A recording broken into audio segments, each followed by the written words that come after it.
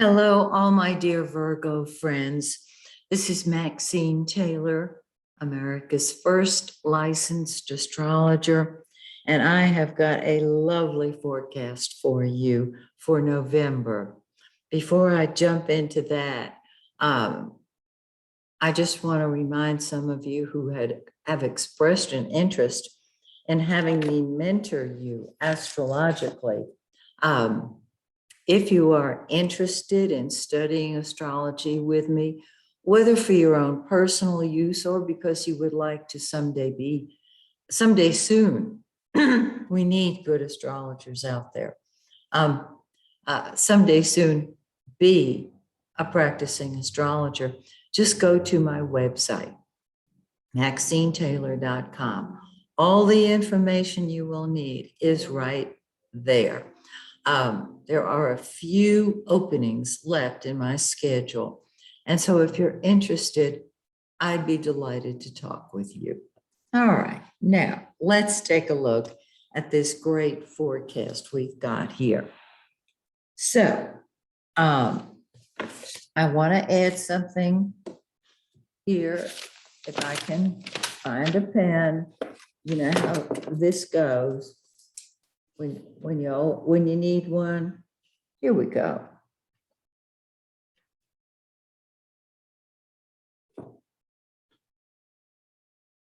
Excuse me. Okay.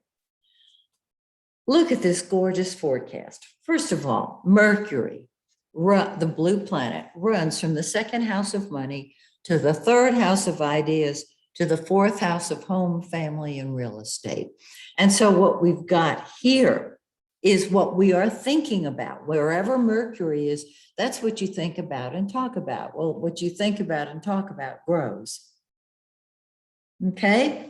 It has been in your second house of money, and it's going to stay there a little longer, not much, till the 5th of the month when it moves into the third house.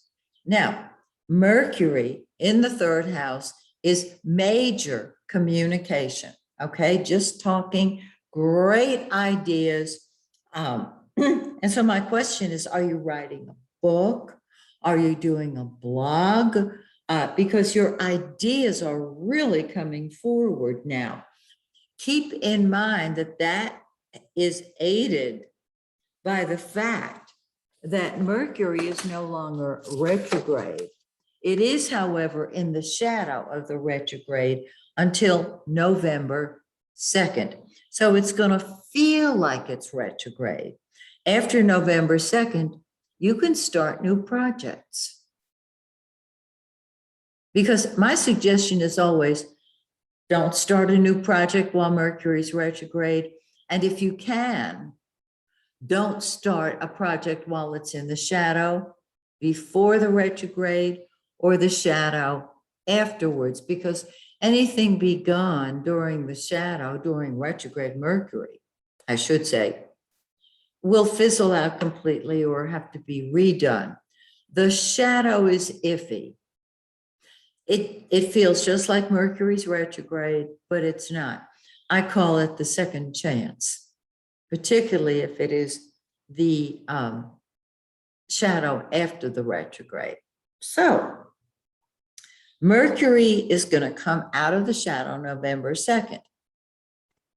Now, I digress for a second. Venus is going to move into the shadow of the retrograde November 18th. And so we're going to find that in the next few months, we're going to have a tag team, Mercury and Venus, going retrograde at the same time. It'll be a double whammy retrograde. Okay, you just got to know it. And I'll let you know when that happens. So from November 2nd until November 18th, it's clear sailing from the standpoint of the retrogrades to start a new project.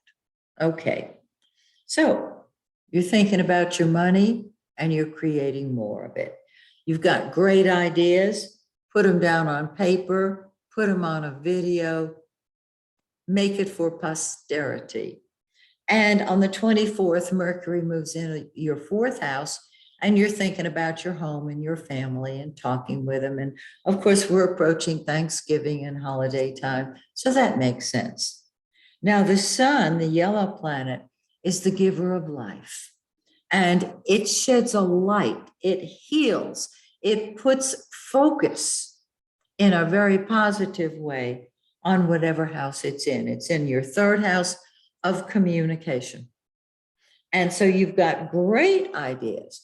On the 21st, the sun precedes Mercury into the fourth house.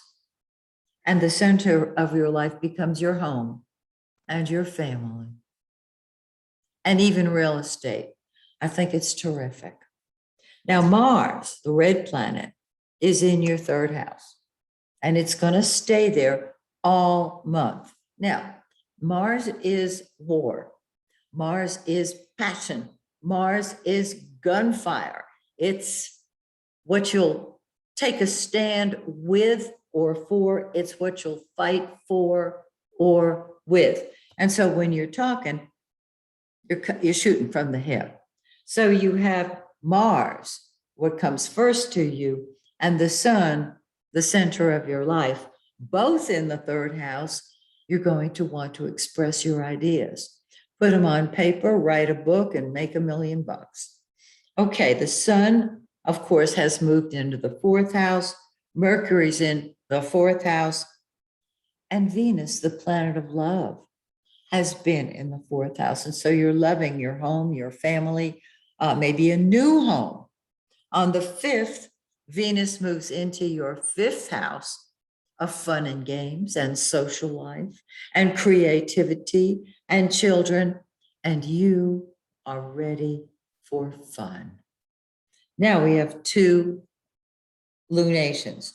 The new moon on November 4th is in 12 Scorpio 40. Find 12 Scorpio 40 in your birth chart, because that's where the energy starts flowing.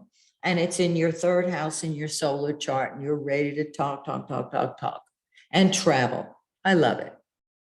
2 weeks later, we have a full moon in your 9th house of the higher mind and the big picture.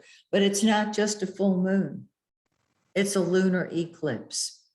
And so while we feel the effects of the full moon a few days before it occurs, we feel the effects of an eclipse about a week or 2 before it occurs, and it stays with us until the next pair of eclipses come along. Eclipses are at their peak 3 to 4 months after they occur. So the full moon brings things to a head, and you're seeing options you did not know you had before. This is fabulous. Higher education, looking at your principles and your belief systems. This eclipse is in 27 Taurus. Find it in your birth chart. Combine the 2, and you will have the complete picture. Isn't this exciting? So, happy November, happy Thanksgiving, and join me next month when once again I take a look at your forecast. Until then, may the stars shine brightly on you and yours. Bye for now.